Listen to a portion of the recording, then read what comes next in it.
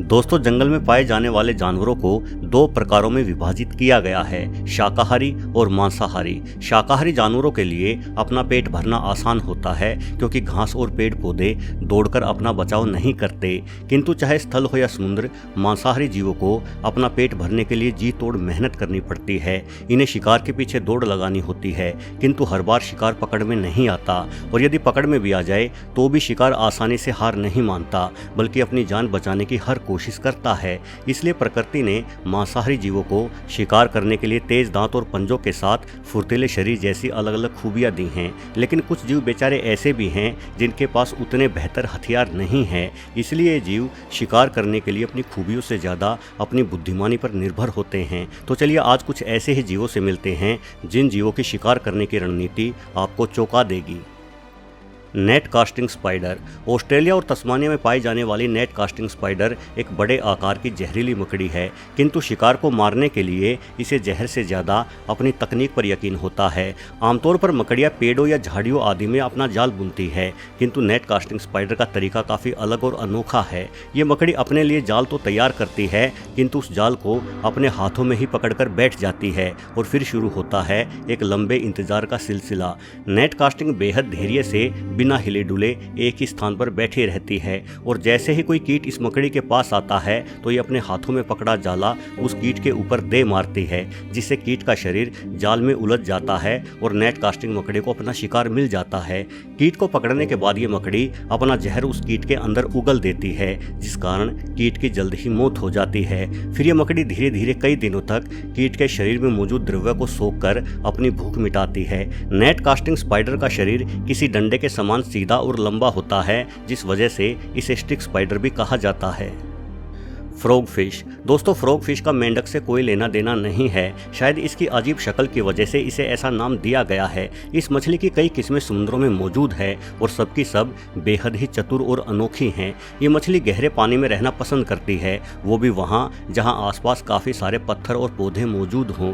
रंग बदलने में ये मछली गिरगिट से भी अधिक तेज है। अपने आसपास के माहौल के अनुसार ये काले, भूरे, पीले या लाल रंग की भी हो सकती है। सिर्फ रंग ही नहीं, बल्कि फ्रॉग फिश माहौल के अनुसार अपनी आकृति और बनावट में भी परिवर्तन ले आती है, जिस वजह से अन्य मछलियों द्वारा फ्रॉग फिश को देख पाना करीब करीब नामुमकिन सा ही हो जाता है। ऐसे में जब कोई मछली फ्रॉग फिश के करीब से बेखबर गुजर रही होती है तो फ्रॉग फिश तेज प्रेशर से अपने मुंह में पानी खींचती है और इस पानी के साथ ही इसका शिकार भी इसके मुंह में चला जाता है, जिसे फ्रॉग फिश डकार जाती है। फ्रॉग फिश को ज़्यादातर इंडोनेशिया के आसपास के समुद्री इलाकों में देखा जाता है। Humpback whale.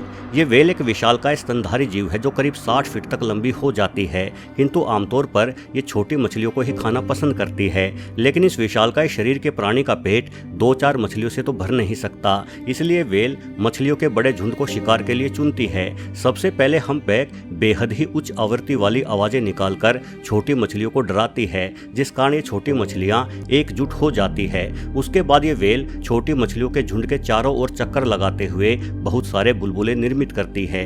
इन बुलबुलों से छोटी मछलियों का झुंड और भी अधिक घबरा जाता है और इनसे बचने के लिए ये सभी मछलियां एक दूसरे के काफी करीब आ जाती हैं। ठीक इसी समय नीचे से हम्पबैक व्हेल अपना मुंह खोले हुए आती है और मछलियों के पूरे झुंड को ही अपने मुंह में भर लेती है। उसके बाद इन छोटी मछलियों के पास हम्पबैक के पेट में जाने के अतिरिक्त और कोई चारा नहीं रहता। ये विशालकाय व्हेल समुद्रों में हर ओर फैली है। सर्दियों के मौसम में हम्पबैक समुद्रों के मध्य की ओर ही रहती है एवं प्रजनन करती है। वहीं गर्मी बढ़ने पर ये छोटी मछलियों की तलाश में दक्षिण की ओर बढ़ जाती है। Black Heron. दोस्तों, ये काले रंग का बगुला अफ्रीका महाद्वीप में तालाबों या नदियों के आसपास पाया जाता है। इसे बेहद ही खूबसूरत छतरी का रूप लेते हुए देखकर आप भी शायद चकित हो जाएंगे। आपको लगेगा कि इस तरह से पंखों को फैलाकर ये पक्षी सुंदर दिखने की कोशिश कर अपने साथी को आकर्षित करना चाह रहा होगा, किंतु ऐसा नहीं है। इस बगुले की चाहत ना सुंदर दिखने की है और ना ही खुद को छुपाने की, बल्कि ये इस तरह की छतरी का निर्माण शिकार करने के लिए करता है। असल में तालाबों में पाए जाने वाले बेहद छोटे कीड़े या मछलियों को शिकार बनाने वाले जीवों की कोई कमी नहीं है, इसलिए बेचारे ये छोटे कीड़े या मछली हमेशा छुपते हुए ही आगे बढ़ते हैं और ये काला बुगुला इन्हें छुपने का स्थान ही दे रहा है। जैसे ही अपने पंखों को फैलाकर छतरी बनाता है तो आसपास मौजूद छोटे मछली या कीड़ों को लगता है कि इस बगुले द्वारा बनाई गई छतरी असल में कोई छुपने का स्थान है, जिस वजह से वो मछली या कीड़ा तुरंत इस बगुले द्वारा बनाई गई छतरी के नीचे खुद ब खुद आ जाता है और ये बगुला तुरंत उस मछली का शिकार कर लेता है। यानी ये शैतान पक्षी पहले आश्रय उपलब्ध कराता है और फिर आश्रय लेने वाले को ही निगल जाता है।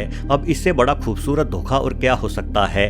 वैसे ब्लैक हेरोन चोंच से लेकर पैर तक तो बिल्कुल काला होता है, किंतु इसके पंजे पीले रंग में होते हैं जो दिखने में काफी अजीब से लगते हैं। Side winder snake. जरा खूबसूरत रेत के कणों वाली इस तस्वीर को देखिए, लेकिन ये रेत के कण अकेले नहीं हैं बल्कि इनके बीचों बीच साक्षात मौत छुपी हुई है। साइड वाइंडर नाम का ये सांप खुद के शरीर को हिलाते हुए इस तरह से रेत के अंदर छुप जाता है कि केवल इसकी आंखें ही दिखाई पड़ती है और चूंकि इसकी आंखें भी रेत के कणों जैसे ही रंग रूप की होती हैं, इसलिए रेत में सांप को देख पाना करीब करीब असंभव सा ही हो जाता है। उत्तरी अमेरिका में पाया जाने वाला ये सांप आमतौर पर उन रास्तों पर ही खुद को छुपाता है जहां जीवों की गतिविधि अधिक होती है और जैसे ही कोई चूहे या छिपकली जैसा जीव इस रेत के ऊपर से गुजरता है तो साइड वाइंडर तुरंत हमला कर देता है। ये सांप सीधा चलने के बजाय साइड की ओर चलता है, इसलिए इसे साइड वाइंडर नाम दिया गया है। इस तरह से चलने पर इसके शरीर का काफ़ी कम हिस्सा ही गर्म रेत के संपर्क में आता है, जिस वजह से इस सांप को रेगिस्तान का सबसे कामयाब जीव कहा जा सकता है। भले ही साइड वाइंडर टेढ़ा चले, किंतु ये धरती के सबसे तेज दौड़ने वाले सांपों में से एक है। जानकार बतलाते हैं कि ये सांप करीब 30 किलोमीटर प्रति घंटे की गति हासिल कर सकता है, लेकिन शिकार का पीछा करने की बजाय ये सांप बुद्धिमानी का इस्तेमाल करता है और रेत में छुपकर ही अपने शिकार का इंतजार करता है।